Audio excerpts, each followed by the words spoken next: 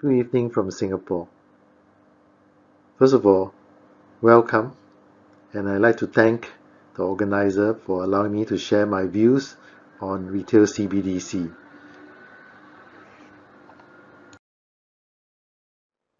There have been a lot of discussions on wholesale CBDC, the possible technical features, and the design thinking behind the new digital currency electronic payment system. There are few discussions on retail CBDC, especially on monetary economics. Maybe with the exception of number of papers by academics, as well as white papers and technical papers published by BIS, PBOC, HKMA, and BOT. So today, or tonight, we intend to focus on the monetary economics, especially in relation to the open economy.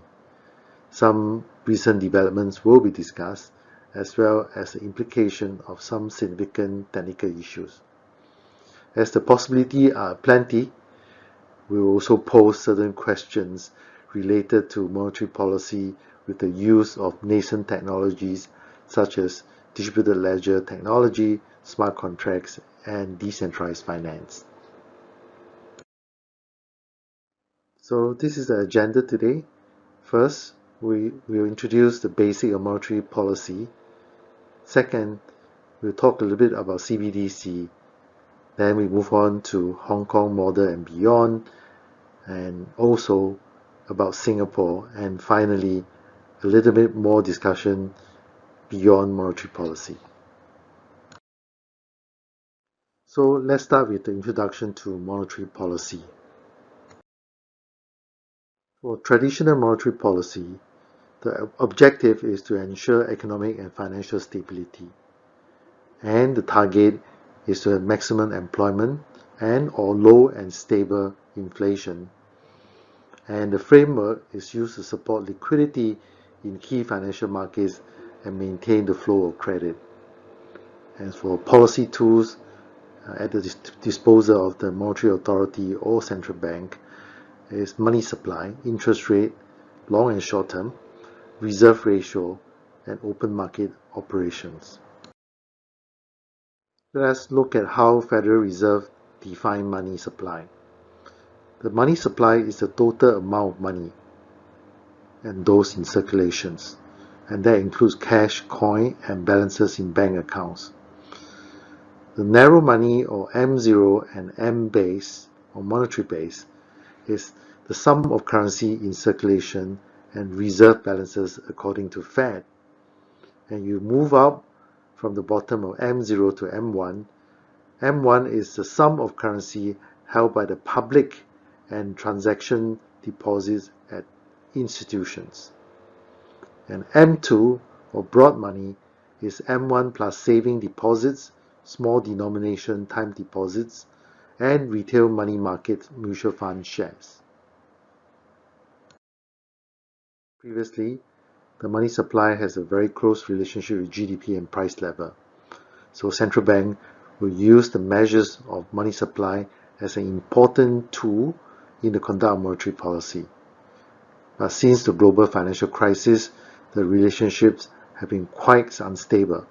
So as a result, the importance of money supply as a tool for monetary policy in many countries has diminished over time.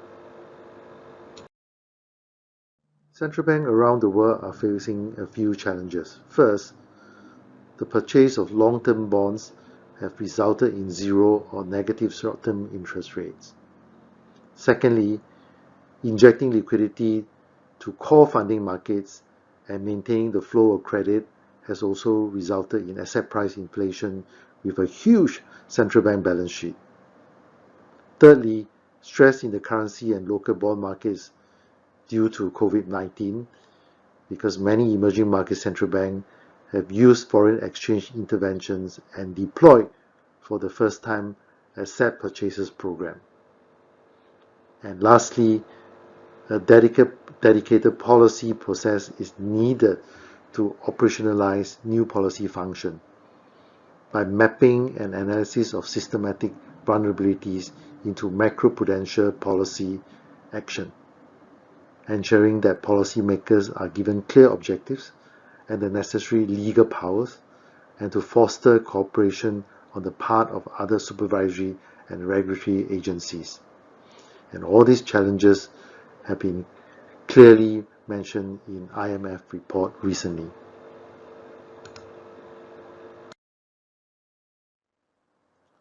So the monetary policy rules are just to alter the nominal policy rate in accordance to the long-term real rate, adding to it the long-run inflation gap and the long-run output gap. There are 5 formulas that the Fed used: the Taylor rule, the balanced approach rule, the balanced approach shortfalls rule, the adjusted Taylor rule, and the first difference rule. They are all similar in nature. Basically, it is just about altering the nominal rates when potential output and inflation deviate from long-term rates. The higher the unemployment, the lower the rate, and the higher the inflation, the higher the rate. However, if you look at the diagram, what those rules are predicting are huge negative interest rate, and the prescriptions are not working very well, and there are also fear that there will be asset inflation.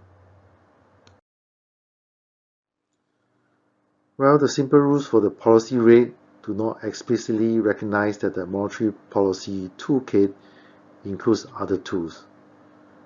For example, large-scale asset purchases and forward guidance, which are especially relevant when the policy rate is constrained by what is known as effective lower bound. And what does that mean? Well, ELB refers to the point at which further cuts in the monetary policy interest rate no longer provide stimulus to GDP or aggregate demand, or at which adverse effects, such as in the financial sector, where financial asset price can rise. So for many countries in recent years, and especially in the aftermath of the global financial crisis, and now, policy interest rates have been set well below the equilibrium interest rate to provide support to demand, output, and jobs, and reduce the risk of deflation. When interest is very low, then the other way to inject liquidity will be by other means. If you look at these two diagrams, on the left is the Federal Reserve assets, on the right is the Federal Reserve liabilities. You could see that the gray area on the right, which is the US Treasury General Account, used by the US government for disbursements, is shrinking. And to make up for that and to inject liquidity, the reverse repo is actually increased, which is in green. Well, this overnight reverse repo is a form of temporary open market operation. An overnight reverse repo, or ONRR, is a short-term agreement to purchase securities in order to sell them back at a slightly higher price, which means that Fed is going into the market to directly purchase securities and in order to sell them back at a slightly higher price in the future. And repos and reverse repos are used for short-term borrowing and lending, often overnight. And central banks use reverse repo to add money to the money supply via open market operations. Well, we bring on the discussion of overnight reverse repo purchase, or on RRP, is because CBDC has the same implication. Because if CBDC pays interest, we need to pay attention to a few things. The research by Frost in 2015 mentioned that on RRP facility, paying a high interest rate on overnight balances at the Fed increases the probability of flight to safety. We probably will have the same issue with interest-bearing CBDC. And Greenwood and other authors in 2016 argue that a large central bank balance sheet coupled with an active on RRP facility could promote efficiency. The verdict is still out there, but it's something that we should bear in mind.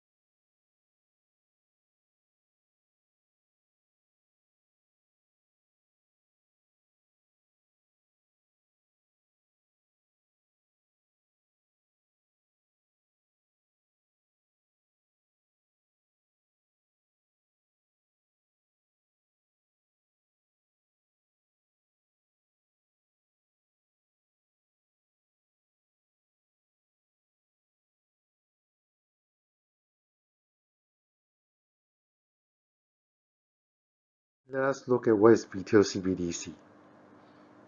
It's clearly to be electronic, widely available, accessible within the jurisdiction. If it's available outside the jurisdiction, some will view it as a new global asset class. And clearly has to be central bank issue. And if it's central bank issue, it's a liability in the central bank balance sheet. However, there's a class of CBDC which have similar characteristics, but they may be defined differently. For example, it could just be a digital payment system. It could be authorized and not issued by central bank. It could be synthetic or quasi-CBDC in the sense that it is full reserve, and if it's full reserve, then the question is whether it's backed by a single or basket of CBDC or even crypto. And it also can be a bearer instrument. So there are some definitions and design may deviate from what we are discussing now. And I suspect that in future the definition will be broadened.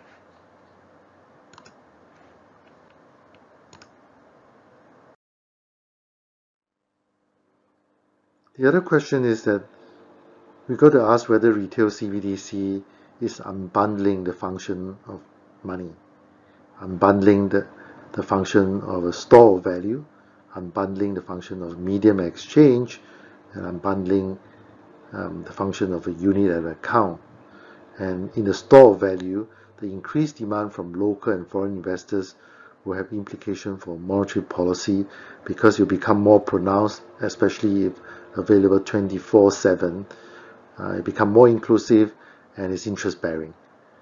In terms of a medium exchange, once money becomes digital, it cannot be independent of the design of the payment and settlement systems, as well as individual or overall quantity restrictions. And as an unit of account, whether it's complementary or substitute is important, because if it's complementary to the existing deposit or money, then the non-interest bearing has to be one-to-one. And if it's substitute, there will be issues on interest rate differential, lower risk, more convenient, bypassing third party, and it can be a very good substitute that will affect monetary policies and stability because they affect the supply, demand, and velocity of money.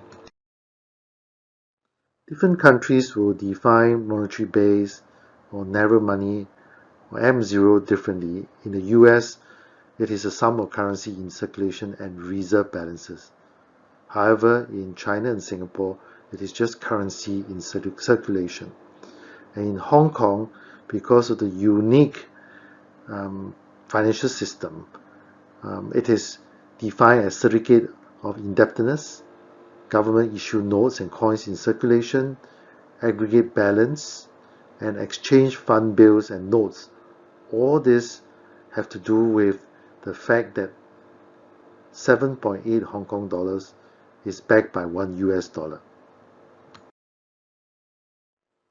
Now we can look at what we mean by currency in active circulation, or CAIC. So before CBDC, you have coin and notes, and M0 is just a narrow money or CIAC, and M1 or narrow money as well is adding on demand deposit, and M2 is adding on savings and other deposit plus fixed D. This is how Singapore look at M0, currency in active circulation. But what will happen when we introduce CBDC? Do we just add it onto CIAC, or could it be a different definition?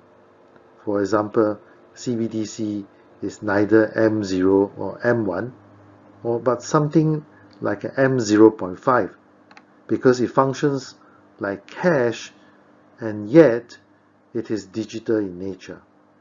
So there may be an entire new classification in future, but at the moment it seems that most of the discussion is that you'll be adding on to CIAC.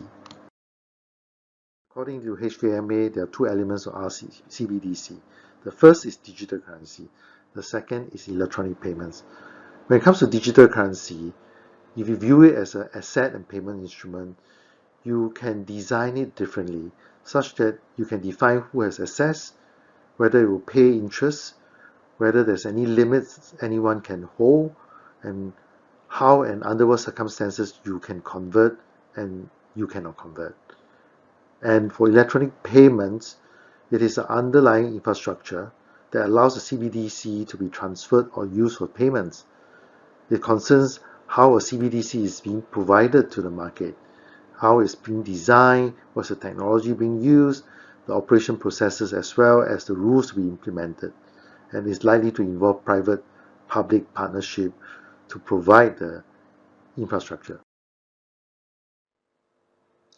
Because CBDC can be designed differently, so different CBDC will have different implications and effects on the monetary policy. There are many questions. What are the economic consequences in adopting the one-tier and two-tier Rcbdc system respectively, where the first tier the government will just issue the currency and the second tier allowing the private sector to innovate? And another question is that will it be a digital instrument, a means of payment, or a very attractive financial asset where they can trade offshore?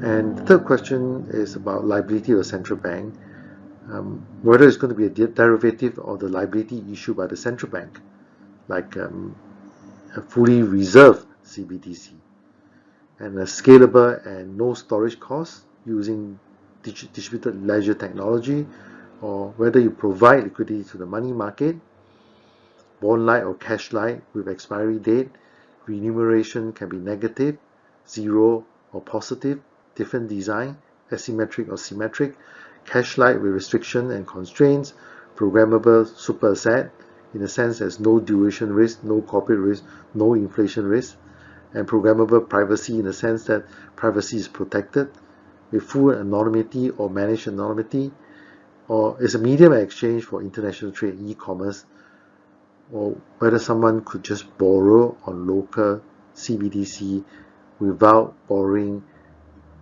in foreign currency because it's become an international asset. Or CBDC is a dynamic programming monetary tool. These are all very interesting questions that not many research has been done, but it will be interesting to look into. Now, if it's a payment without restriction and conditions, then it may become an instrument for cross-border decentralized finance, payments, and swaps, because CBDC, if it's on a distributed ledger, you can use smart contract.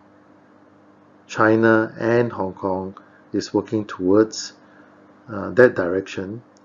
In that case, it could be a prelude to a regional currency or Banco. And if you remember, Banco was the idea of John Maynard Keynes and Schumacher. It is a super national currency used in international trade as a unit account within a well-defined clearing system. Then they were calling it International Clearing Union, and of course it didn't take off after the Second World War. But it could just become a regional sushi swap when smart contract is being used. So we may actually laugh at it, but that is a very clear possibility. Most of the discussions are for larger countries. Small and open economies are not necessarily in control of their own interest rate, the flow of capital and trade, and therefore the trust level on their financial system and the currency. So if we take Singapore as an example, Singapore has adopted the use of exchange rate rather than interest rate as an instrument of monetary policy. The choice of the exchange rate is predicated on the Singapore economy's small size and its high degree of openness to trade and capital flows. So many developing economies in Asia are susceptible to quick flow of capital and very vulnerable to currency and debt crisis. Some of them have unreliable communication and power supply, as well as exclusion from the formal economic and financial system. So the consideration for Rcbdc design may not necessarily fully align with the developed economies, and monetary policy may not necessarily be as effective as in developed economy as well.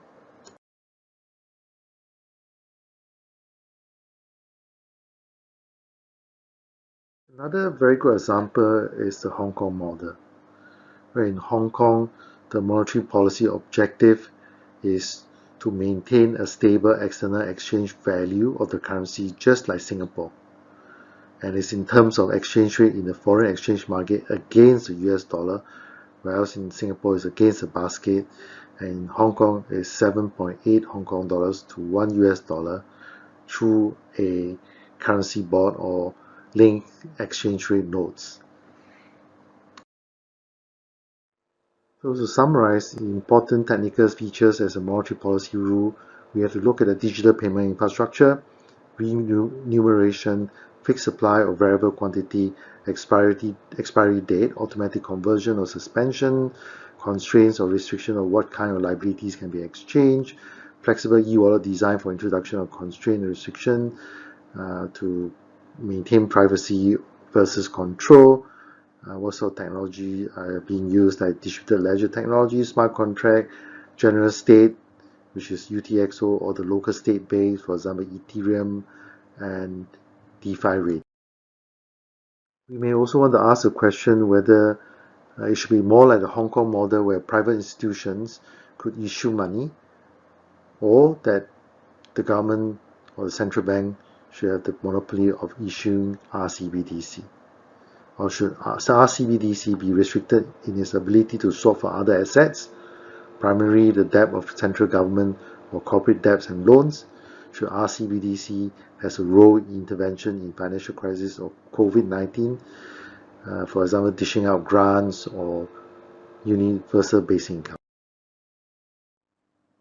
Well, whatever it is, there is a long-term decline in the use of physical currency for payment. But the stock of physical currency is going up, but the velocity is coming down. There is a possibility that there is a short-run substitution as well from private traditional means of payment from fintech companies versus central bank means of payment. Now, what is very interesting is the possibility that there is a long-run substitution of the domestic fiat by stablecoins, and these stablecoins could be from other government, from private institutions, it could be fiat-based tokens, it could be other algo-based tokens or crypto.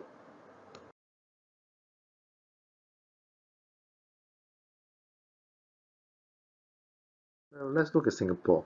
Singapore has 40% of consumption spent on imports. Trade can be as high as 3 times of GDP. Price is maintained by exchange rate policy, and a small change in the interest rate can lead to a large and rapid movement of capital because it has a large offshore banking sector dealing with 3 different currencies: USD, Euro, and Japan Yen. So how would CBDC plug into this very different features of the Singapore financial sector? We must realize exchange rate is a dampener for imported inflation for Singapore, and the exchange as a moderator for external demand for Singapore goods and services and factor incomes. We have to bear that in mind. The other thing that we have to bear in mind is that exchange is the target and domestic interest rate and money supply are a consequence. So the Sing dollar interest rate is a function of foreign interest rate, investor expectations of SGD. Okay, now we can add on CBDC, stable coins, and the rest. And SGD is managed against a basket of currency of our major trading partners, which is also known as the Singapore dollar nominal effective exchange rate, or in short, Sing dollar NER. So MAS intervene in the foreign exchange market using spot or forward transaction through primary dealers within the policy band. and MAS announces weekly average Singapore dollar NER data on the first Monday of each month, how would CBDC and Rcbdc affect the functioning of the Singapore exchange rate policy when we start to look deeper into this?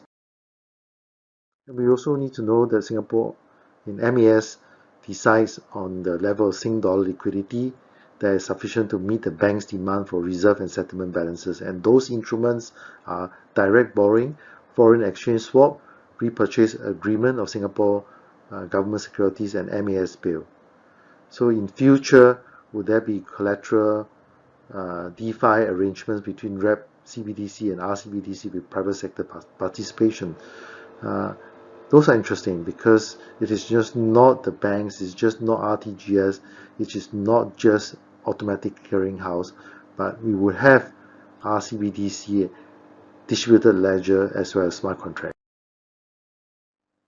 It's also important to understand that Singapore have high saving risks in the public sector.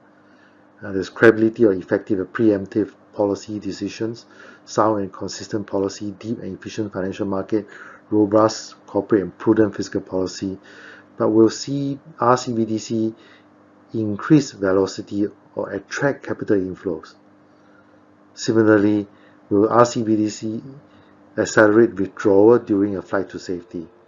How do we throw sand to the gear for Rcbdc, and what features and design can best mitigate the risks? Well, what risks are we talking about? First, disintermediation of the financial intermediaries, exacerbation of bank runs, capital outflow, especially in times of financial crisis, maintenance of high security standard, privacy protection, and public trust in the CBDC system, and of course digital literacy and exclusion. The launching strategy of Rcvdc is important too, because it may affect the public behavior. They will definitely change. What about KYC? What about data privacy? What about cross-border laundering and accountability? As is now known, these concerns can be mitigated through the design of CBDC itself and other measures, but they should never be taken for granted. There are other interesting questions for the payment and settlement landscape. Will the central bank be the super settlement agent and crowd clearing houses all over the world? How does the central bank balance innovation and crowding out with Rcbdc? How can Rcbdc promote corporate inclusion? Well, we can see the example from Cambodia that there's a lot of corporate inclusion by design. And how does the central bank balance data privacy and control via Rcbdc, whether it's through the two-tier model of China, multi-function e-wallet, multi-tier of managed anonymity e-wallet, or cryptography technique, such as what is being investigated in Project Wubin Phase 2. So if we narrow down to flight to safety, it all depends on the nature of the central bank liabilities that the market participant might flee to. And if Rcbdc were to be programmed as a limited vehicle for flight, it must not be useful in large transactions as in wholesale transactions. Okay. If Rcbdc can be restricted to small transactions, it can only be hoarded as a store of value and a safe asset. So Kamhoff and Noon in 2019 has written a paper, and they mentioned that if issued by central bank, should have features that make it inconvenient for its users, and private bank deposits and central bank reserve should not be freely convertible into CBDC, and you should throw sand in the gears of the financial system in all states of the world. And flight of safety may then not be a problem if the design is appropriate. But of course, every country is different, so the design thinking is key to mitigate this flight to safety.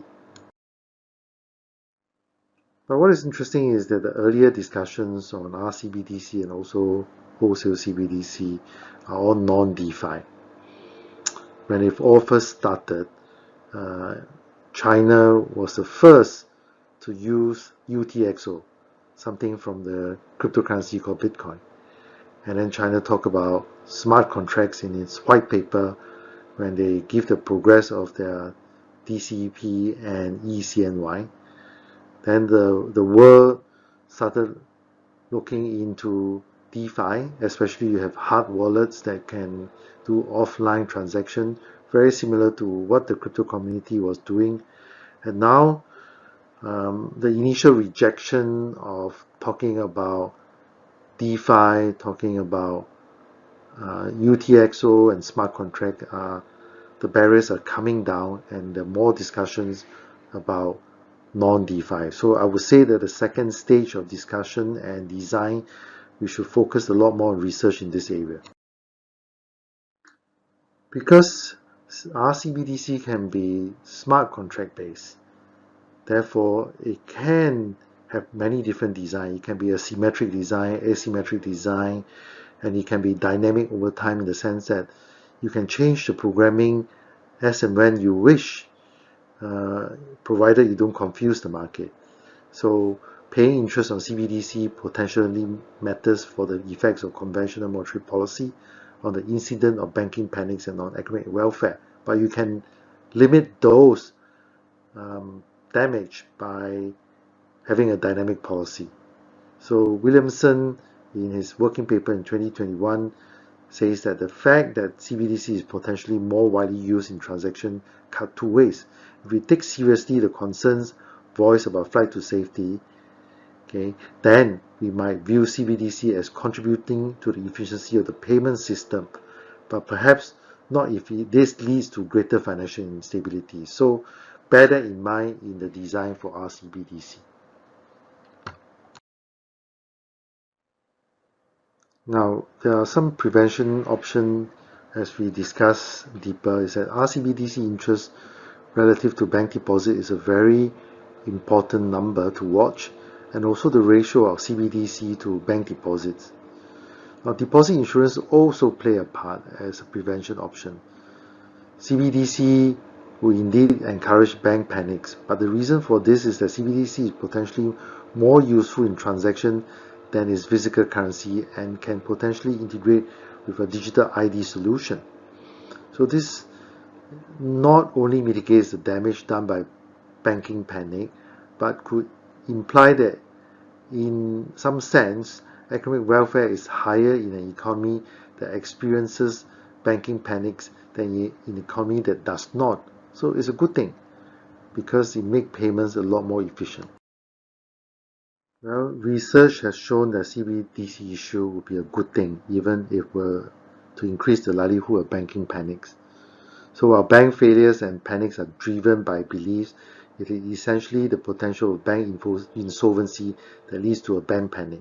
So deposit insurance can mitigate, but not necessarily eliminate banking panics.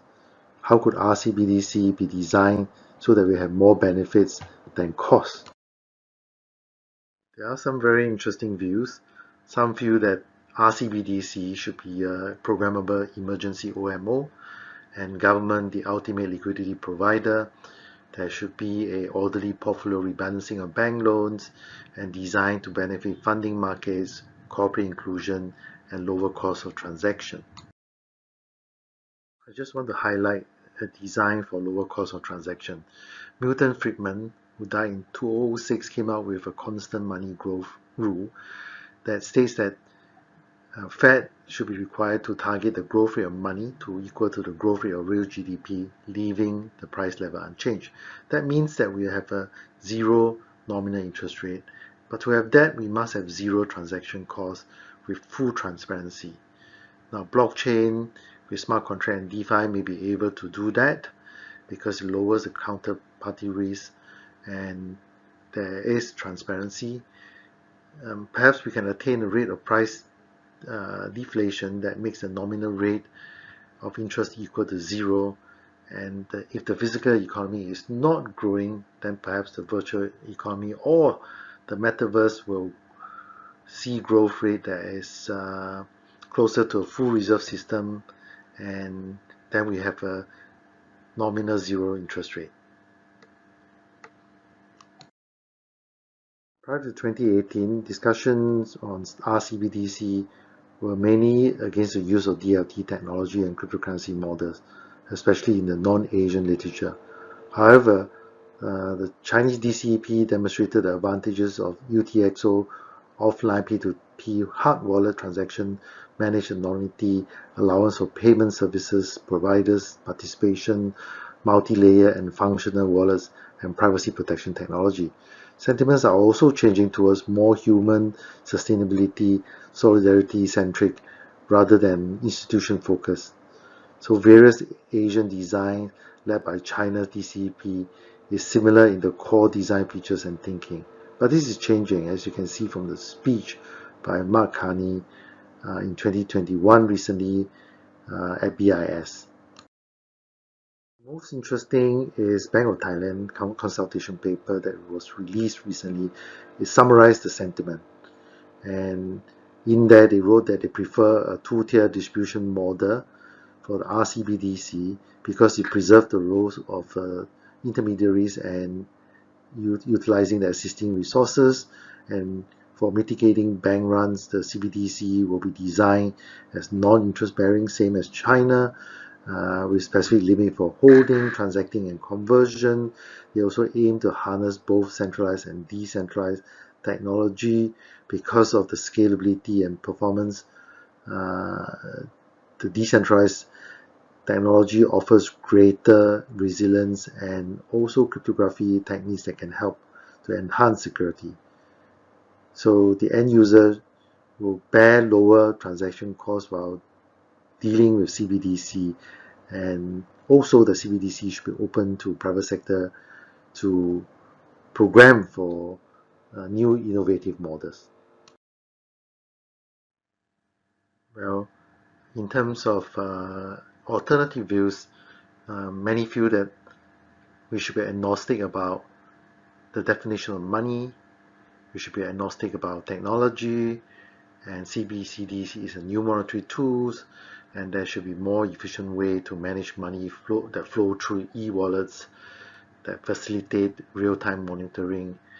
And we can see that there's really a diverse of views out there.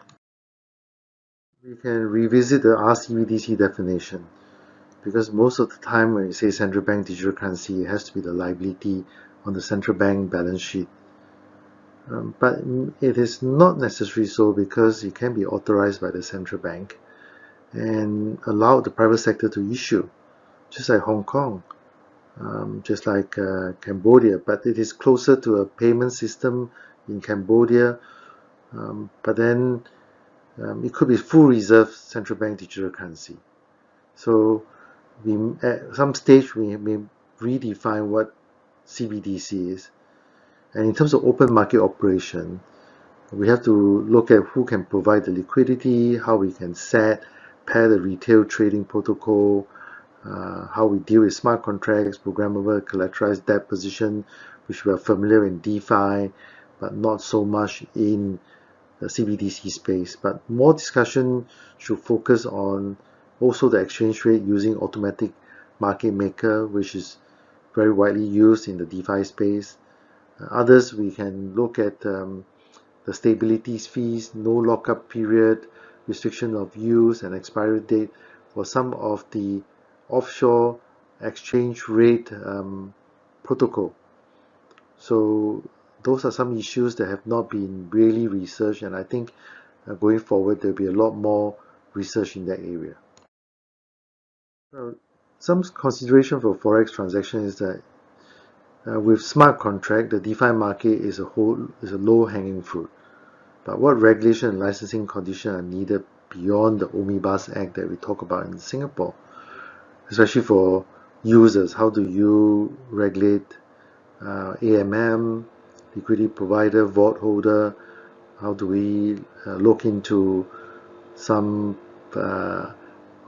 offline governance for developers, oracles that may be trusted third party, and also the conduct of keepers and the governors, that all the liquidity provider of the last resort that we know as a governor or the shareholder is going to be private, or going to be the central bank that provide the liquidity to some of these smart contracts. It's important to look into this. And what are the roles of private individuals and the virtual asset service providers in the entire framework? Other thoughts is that what sort of formula should be used, whether the software should be regulated, whether the auditor for software should be also be regulated, and how do we do financial inclusion, reducing rent seeking and market failures in the design for some of the smart contracts. I think all these are important issues. Well, there are so many different kind of formulas that you can use for market making. These are some of the suggestions. There are always pros and cons, but it is important to ensure that there is very little slippage. It's important to look at all the trade-off, uh, especially with the capital adequacy ratio, with stability of the market, and all this formula will have implication, and especially for monetary policy.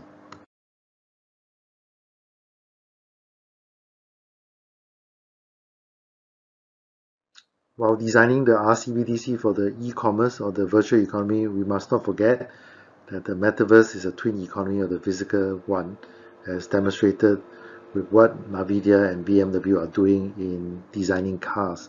They have both a factory in the virtual space as well as the physical space, but they are twins doing exactly the same thing. Whatever it is, the design for Rcvdc must not only be discussed with the old economy and old trusted third party in mind, but to anticipate the exponential growth in the metaverse and the Web3 in mind. Well, the design is to accommodate trade and internet economy. For international trade, we can look at the implication for retail CBDC on trade policy, and also Rcvdc, whether it will enable government policy to allow people to circumvent them, and can Rcbdc be designed to automate the payment of tariffs and taxes. And for the internet economy, is payment currency versus settlement currency, payment for digital asset token, how will merchant platform handle the accounting to meet each other's requirement, and what's the role of CBDC in Web3. There are many possible use cases for Rcvdc. One very good example is that when a country has a huge foreign debt and the pandemic has brought the situation to a critical stage. So the country faces balance of payment crisis. It doesn't have enough foreign reserves to fund trade deficit, and the inflation has pushed prices higher for consumer goods and construction materials. And a country may be facing difficulties in attracting foreign investments, partly because it lacked the digital payment infrastructure. The other thing that it could be that it has a very rigid policy and infrastructure and it deters investment. And the key question then is, can CBCD help to ease the country financial woes by reducing dependence on forex, by enabling fluid and open digital payment infrastructure to ease the crunch of liquidity, and also the ability to capture the tax revenue through the internet and commerce. There's an interesting speech by Mark Carney, which is an open invitation, and he said that with a palette that includes a new form of public money linked to a plethora of new dispersed private networks, central bank can paint a new finance that will make payments significantly cheaper and faster, open up new forms of ownership and asset classes, power continent payments and distributed finance, and integrate decentralized networks that track and help reduce carbon emission. By being resilient, dynamic, inclusive, and sustainable, the new art of money can serve everyone across the new world. That is the kind of sentiment that we are seeing now surrounding the design of CBDC. Closer home, the remarks by Mr. Ravi Menon, Managing Director of MAS at the Singapore FinTech Festival last year. He highlighted 4 ongoing initiatives for the financial and digital inclusion of individuals, which is the electronic payment, cross-border remittances, health insurance claims, and financial planning. So finance, technology, and fintech can be powerful enablers in this endeavor, Everything we do in finance, technology, and fintech must have a larger purpose, he said. What greater purpose can there be than making our society more inclusive and our planet more sustainable? And obviously, we are seeing a lot of actions, and Singapore has already placed 1.8 billion for green investment. We have come to the end of the presentation. Retail CBDC will change how monetary policy will be conducted, and it will certainly change the way society functions and organizes. There are still unknown risks out there, and when that is sorted out, programmable monetary policy may be the future. I would like to thank many people who have helped in the presentation.